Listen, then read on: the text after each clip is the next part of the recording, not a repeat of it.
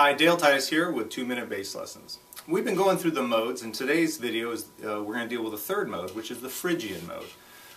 The Phrygian mode is very unique, and it's got a lot of styles really associated with it. A lot can be like I've heard a lot used in Latin music, even some reggae music. And of course, during the shred era, Yngwie Malmsteen made it very popular by using it in some of his neoclassical soloing.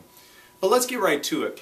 Now we're going to base, I'm going to show you the Phrygian mode based in the key of C. Now if you remember from the previous lessons, we make modes by taking a scale, picking a note in the scale, building a scale from there using the notes from the master scale. Now I know that sounded like physics, but it's not.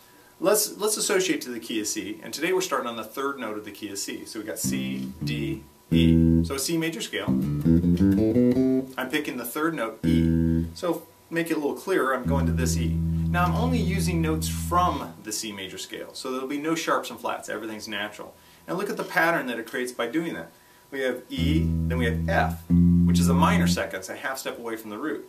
Minor third is the G, A, perfect fourth, B, perfect fifth, a minor six, real nice tone, I really like the minor six sounds, and that's a C. Then we have the D, the minor seventh, and E again. So E, F, G, A, B, C, D, E. Now we get this pattern that's kind of cool.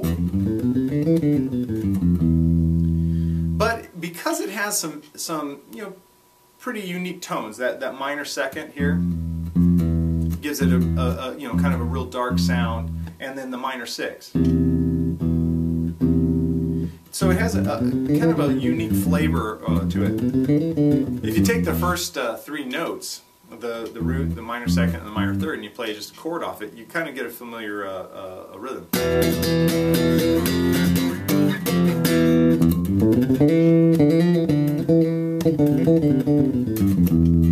So you can kind of see how the Latin flavor really associates closely with it. But as I mentioned before, a lot of metal guys have enjoyed playing Phrygian, and it gives them different tones and sets them away from the pentatonic patterns that a lot of guys use. Yngwie Malmsteen, of course, any of the really great shredders you'll hear using it.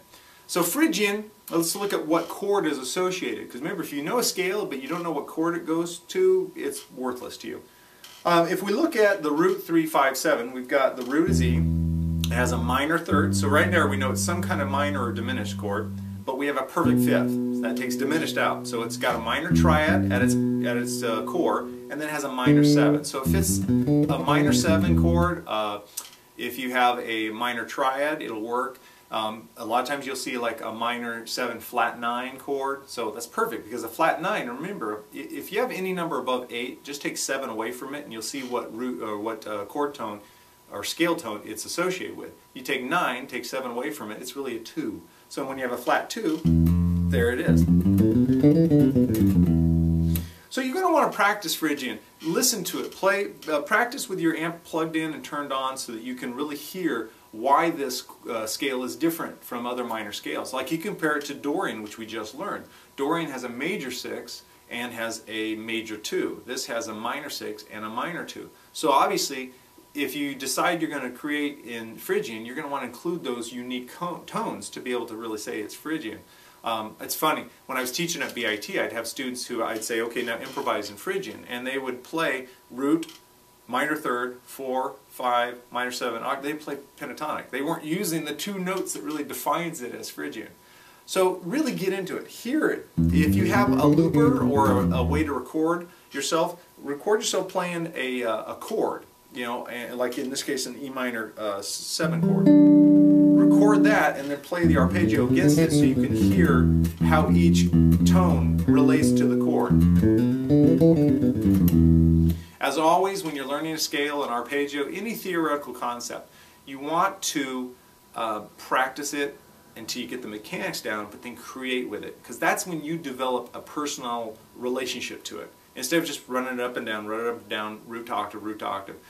You really make a groove with it. Try to write a bass line with it, solo with it, so that you can kind of start a little Rolodex file in your head of like, oh, when I get this emotion or I want this certain effect, I can use Phrygian. So there you have the Phrygian, the third mode from the major scale modes, and I want you to practice it, all 12 keys, so every root you can, and really create with it and see what you can do with it. And if you come up with something cool, videotape it and email it to me at dalt@dannybegoodz.com so I can hear what you're doing and maybe post it on our site. Alright? Thanks a lot for stopping by, and I hope to see you again.